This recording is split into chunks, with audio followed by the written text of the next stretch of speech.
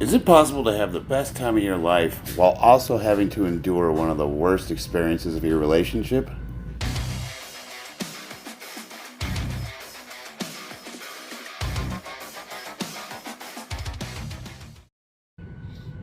My wife and I have been together almost 12 years now, and I'll tell you what, it does not seem that long. It seems like just yesterday, her and I were going on our second date, and here we are, 12 years later, still together, still bickering and arguing and fighting like the first day we met. We were supposed to be on a 10 o'clock flight from Vegas to Utah, which is not even a 2 hour flight. And the flight was booked full, so they offered to check our carry on for free, and why not? So we checked our carry on, and then we proceeded to the TSA terminal where we were held up for about 45 minutes. And due to their gross I don't know how to even describe it except for like malicious, malignant negligence, militarized autism, I don't know, just apathy and the banality of evil. You have a government agency that is unconstitutional, and basically they have the power to do whatever they want, and there's no recompense. There's nothing you can do. Like, you just have to suck it up. There's no customer service. There's no can I speak to your manager? Or if you do speak to the manager, you're likely to wind up on the no-fly list, which means, hey, you know what? Honestly, if I was on the no-fly list, I'd be okay with it. I wore as little clothes as legally possible. I wore a stringer tank top. I wore my little USPA lifting shorts, and I wore some flip-flops. I didn't even have underwear on. There's no belt, there's no jewelry, there's nothing to take off. And when I got up there, they still made me take my flip-flops off, and I had to walk barefoot on the nasty floor and stand in the yellow footprint so they could scan my dingle. I think next time I go there, I'm going to show up and looking like Borat. You know what I mean? Banana hammock. There you go. Due to their gross incompetence, my wife actually wound up having to go through the checkpoint twice. Now, we were running late the first time.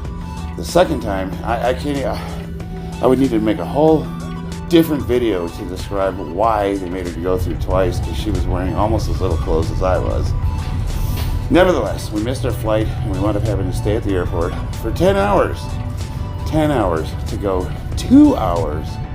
We could have driven up to Utah, except for the reason I was going up there was so that I could drive a company truck back.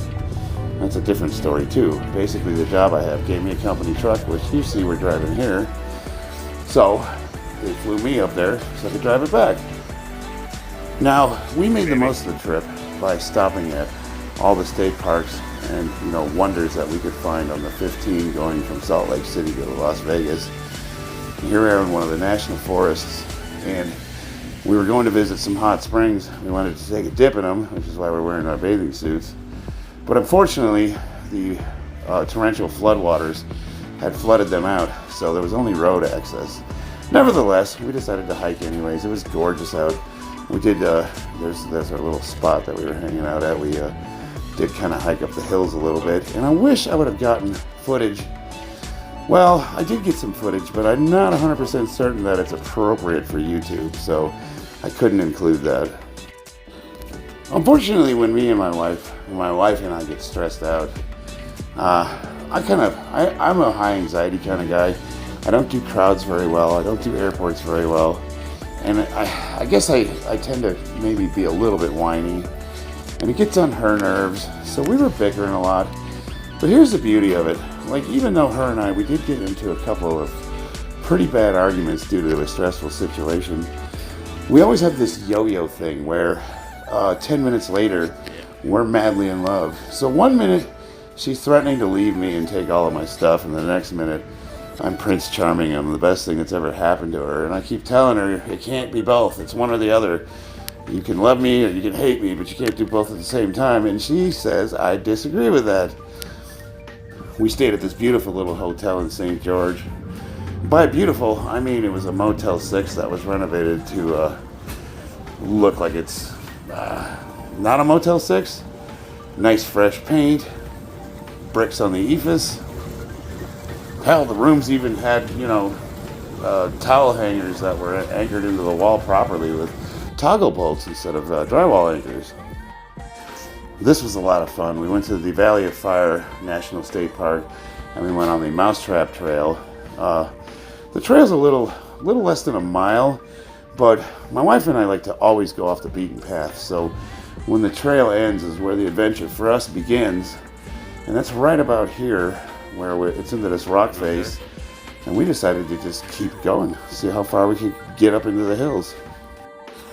So if my wife and I are always fighting and we always disagree, and I tend to bring out the worst in her at times when I'm stressed out and I feel like she doesn't listen to me, when I need someone to talk to, when we're both angry, we are not good with each other. So how is it we've managed to stay this long? And how do I know that she's the one I'm going to spend the rest of my life with? And it's easy. Every day I fall in love with her. I fall in love with her like it was the first day we ever met. I just look at her and she's everything I've ever wanted, and she's all I'll ever need. And to me, that's just all about finding ways to keep the relationship fresh. Life is mundane. Life is a drag. Day in and day out, I get up and I go to work, come home, get the kids. Kids, oh my God, they drive her nuts. Her job's 24/7. We never get out. We never do anything. We start growing apart. That's when sometimes you got to get a mediator.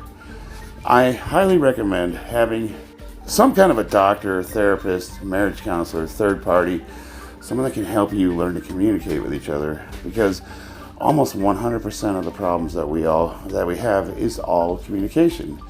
It's one person not feeling like they're being heard by the other person, then that means that you feel like the other person doesn't care.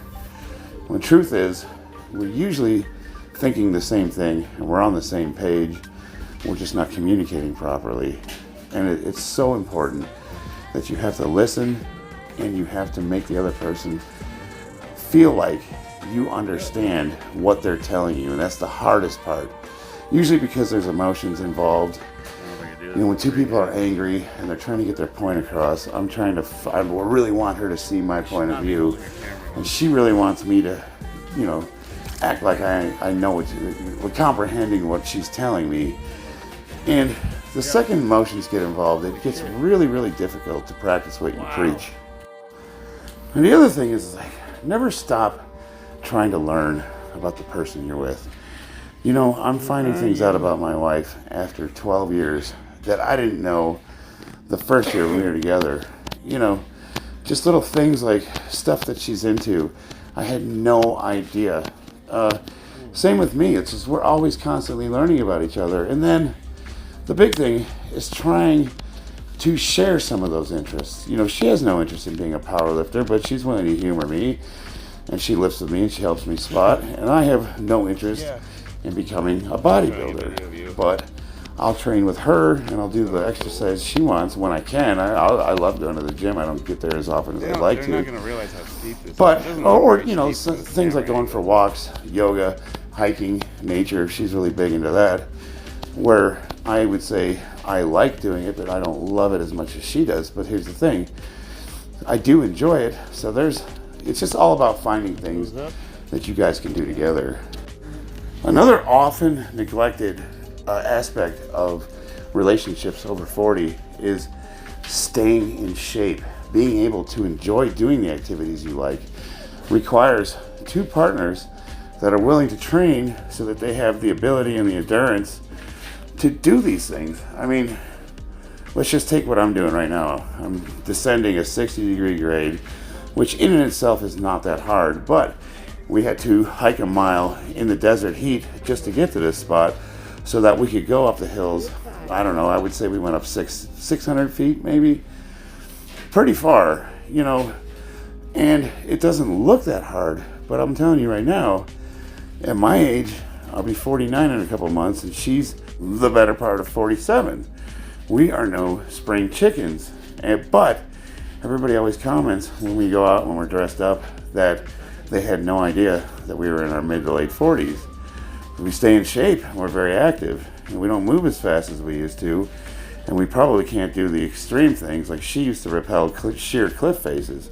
And I'm sure she still could if she wanted to, but it's just not something that like we could do at the drop of a hat. There's certain things that require, so you got to take it easy.